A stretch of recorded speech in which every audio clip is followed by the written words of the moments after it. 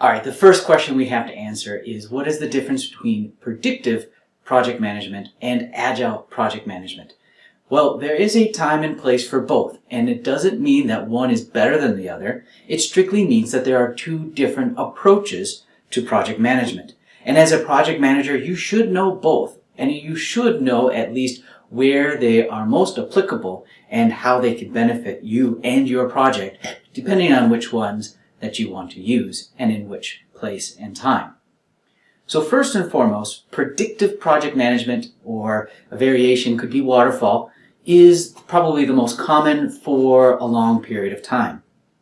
Agile is a little bit more new, more recent, but it doesn't mean that it just emerged out of nowhere. It really has roots all the way back to the 1950s with Kanban and value stream mapping and all the other things like lean that you may have heard of before. So it's not a new concept. It's just a different way we've organized things and put a little bit more rules and structures around it. But it's still more recent, at least in its adoption and its wide use, than the predictive. And because of that, we're still kind of writing a lot of those rules and the best practices of Agile because we're applying it in more situations and more industries. So just be aware that the things I talk about today could be different tomorrow. And I'm not going to be religious about the things in Agile project management that have to be a certain way. You must be adaptable as a project manager, and Agile is also that way. It's adaptive. It takes the empirical information that we learn and grow from, and what we do today may not be the best practice tomorrow. So those rules are meant to grow. They're meant to be fitting to whatever you need it to fit into. But you should know the general playbook. Because like I like to think about it, is Agile is not really the way that you must know and do everything. Agile is more like learning a new game.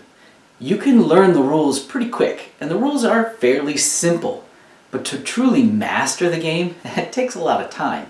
It takes a lot of practice. It takes a lot of just being part of a team and in different teams, in different situations. If you think about it, like for myself, I'm an avid soccer player. I play all the time, and I have learned the game when I was probably 6 years old. I learned the rules, and I kind of grasped it right then. But obviously, when I was 6 years old, I'm not as good as a player as I am today, and probably I've gone through variations of being a good and bad player. And a lot of it depends on which team I'm working on, which team we are facing, and the challenges that we're trying to work on and to improve upon.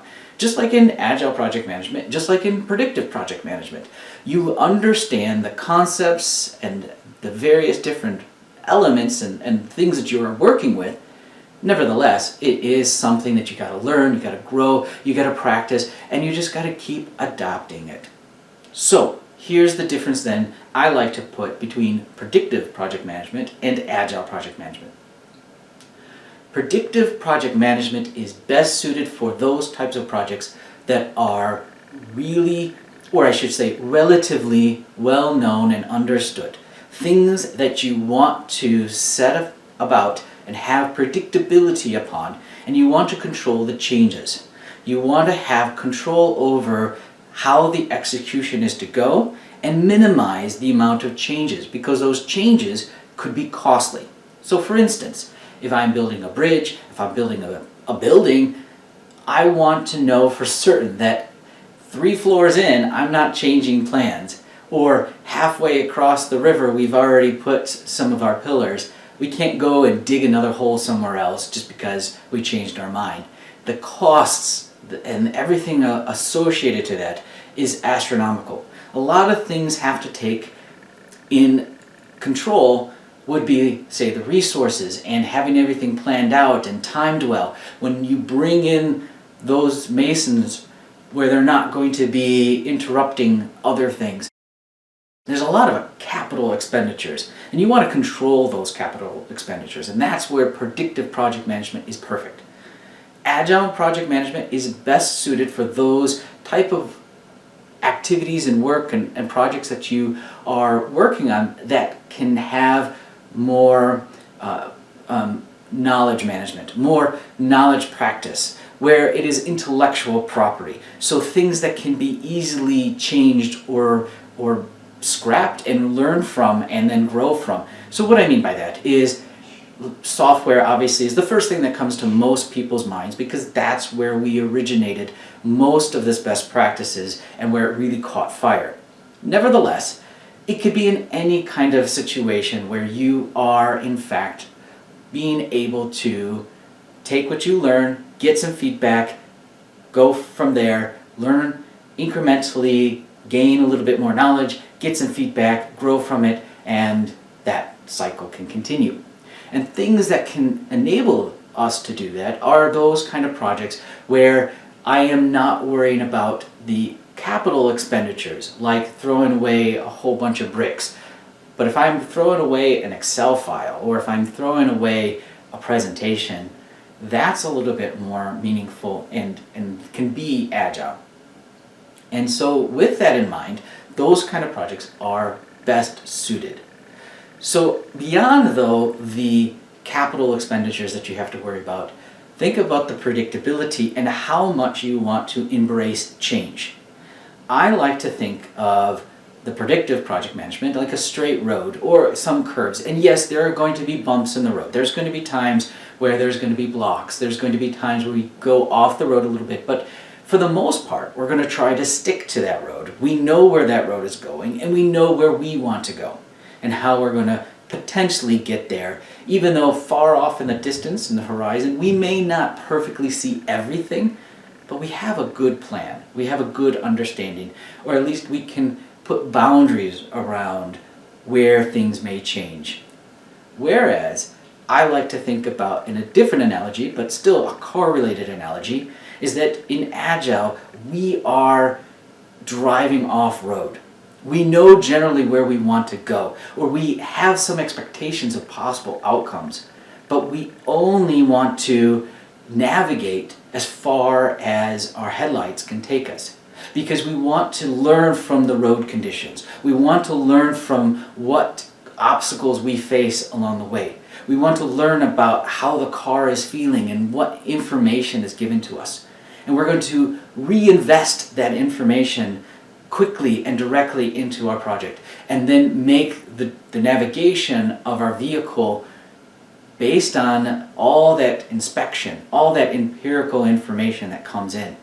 And we want to work together with all the different metrics and information that we have and make those decisions in these real-time type of cycles. And we'll embrace the changes incrementally as we go so that we can go where we think we need to go the most efficient and effective way.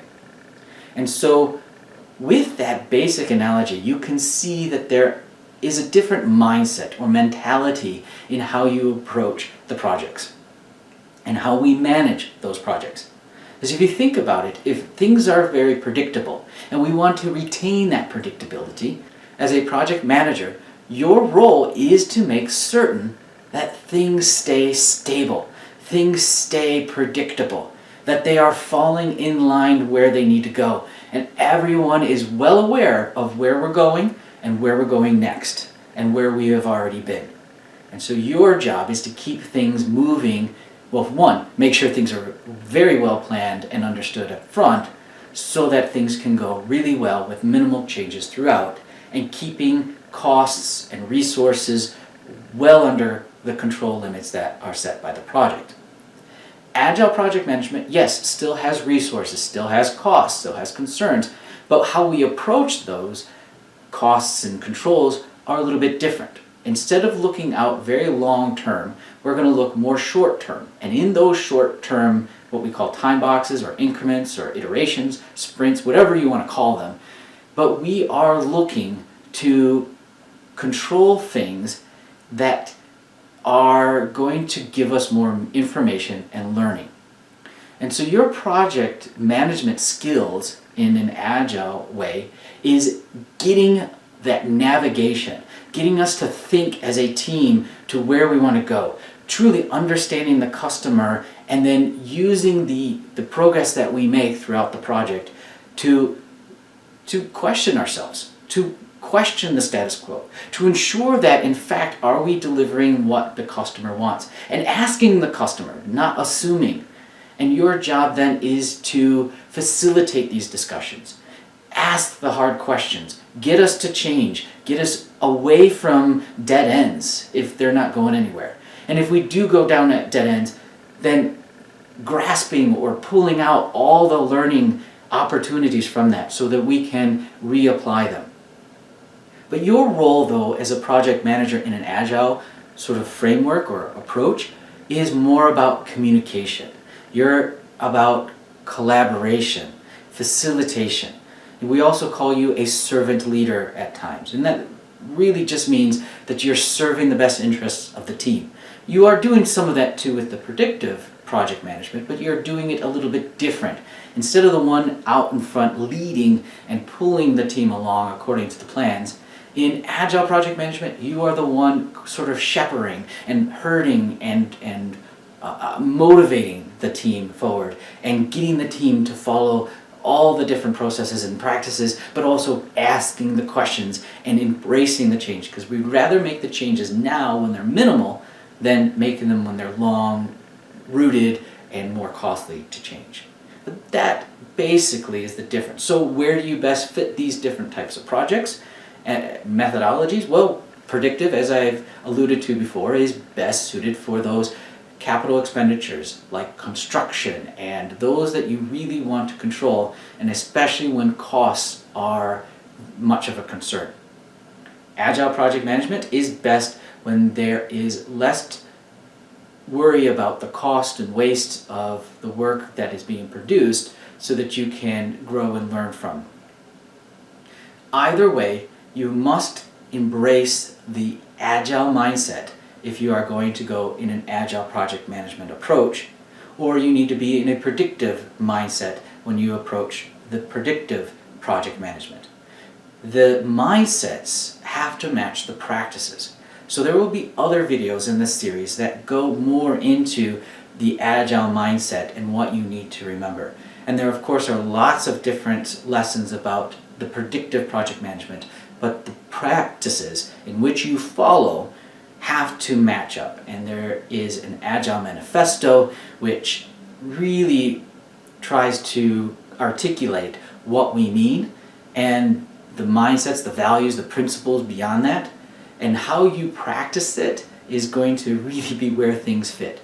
Now granted, there is options for hybrid methodologies, so sometimes you want to try a little bit of each or find certain situations that one methodology or approach will work, and that's fine. You can apply these different practices in different ways, but just realize to make it truly and effectively work, you're going to have to not just practice things different, you're going to have a pivot in the mindset. And that takes a lot of time. Like learning soccer or any other sport, you could probably practice things very early and feel pretty good and enjoy yourself. But to really feel the gains and the productivities, you're going to have to invest a lot of time and energy. You're going to have to think a little deeper.